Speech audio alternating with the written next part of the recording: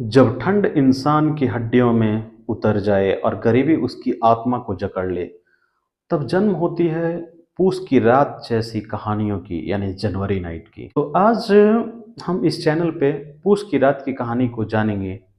मैं हूं आपका होस्ट एंड दोस्त चंदन, और आप देखना शुरू कर चुके हैं किस्सा हिंदी। तो चलिए आज की नई कहानी को शुरुआत करते हैं। तो इस कहानी के मुख्य चार किरदार होते हैं: हल्कू, उसकी पत्नी मुन्नी, उसका कुत्ता झबरा, एक कर्जदार होता है जिसका नाम होता है सोहना।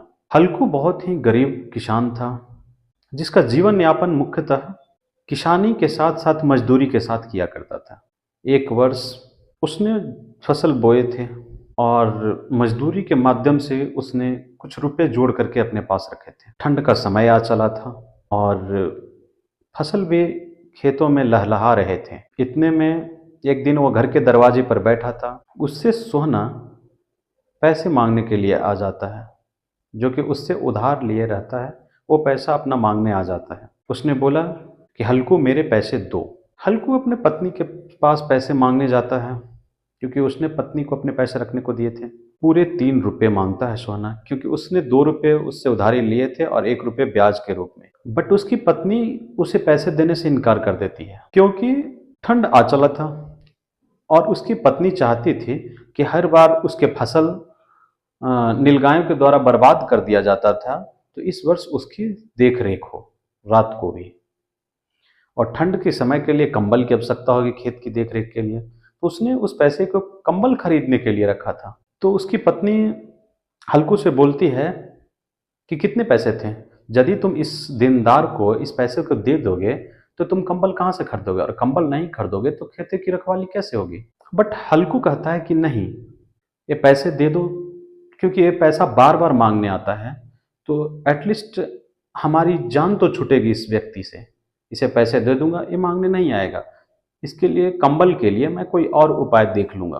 बट बहुत करने के बाद उसकी पत्नी उसे पैसे दे देती है और वो पैसा वो सोहना को दे देता है। सोहना वहां से चला जाता है। अब रात का समय आया। हल्कू खेतों की रखवाली करने के लिए जाने लगा क्योंकि वो पैसों का इंतजाम नहीं कर पाया जिससे कि वो कंबल खरीद सके। तो बिना कंबल के अपने कुत्ते जबरा के साथ वो खेतों की रखवाली करने के लिए निकल पड़ता है। कड़ाके की ठंड थी क्योंकि पूष माह की रातें बहुत ही ठंड वाली होती है। कड़ाके की ठंड होती है उन रातों में। वो खेतों में पहुंचता है। उसने खेतों के पास एक मचान लगा रखा था। मचान मतलब वो बांस या कुछ लकड़ियों को गाड़ करके उसके ऊपर एक बेस बनाया जाता है जिस पे बैठा या सोया जाता है। उसके नीचे उसने जो गन्ने के पत्ते होते हैं उसके नीचे डाल रखा था। मचान के नीचे ऊपर खुद बैठता है, नीचे उसका जबरा कुत्ता बैठता है। रातें शुरू हो चुकी थी। अब बहुत ज़्यादा ठंड लगने लगता है। जैसे ही रातें बीतती है ठंड बढ़ता जाता है।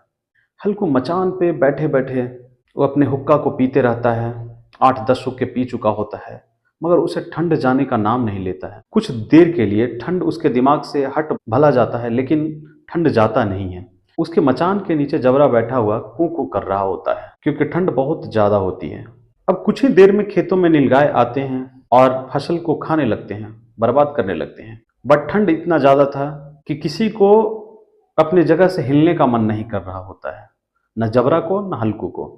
बट हल्कू नीचे आता है मचान से और वो आवाज लगाने लगता है। जबरा भी भौं भौं करके नीलगाय के ऊपर दौड़ता है और भगाने की कोशिश करता है। कुछ देर के लिए नीलगाय खेत छोड़कर भाग जाती है। बट जैसे जैसे रात बीतता जाता है ठंड बढ़ता जाता है। कुछ दूर पर आगे एक आम का बगीचा था और पतझड़ का मौसम शुरू भी हो चुका था उस समय तक। तो हल्कू को विचार आता है कि क्यों न चला जाए और वहां पर पत्तों को जमा करके आग लगा करके तापा जाए। कुछ तो गर्मी आएगी वहां से, कुछ तो ठंड कम लगेगी। इसके लिए वो अपने कुत्ते जबरा के साथ बगीचे की ओर चल देता है। चलो जबरा, वहां चल करके आग को जला करके तापा जाए। पत्तों को जमा करता है और आग लगाता है। आग की गर्मी से उसे कुछ राहत मिलती है और जबरा भी वहीं पे बैठ जाता है, उसे भी कुछ गर्मी मिलती है। दोनों वहां पे बैठ जाते हैं। अब गर्मी लगी तो उसे कुछ आलस आने लगा। उधर खेत में नीलगाय फिर से फसल को बर्बाद करने लगे। जबरा भौंकता है, बट ठंड के वजह से हल्कू को खेत की तरफ जाने का मन नहीं करता।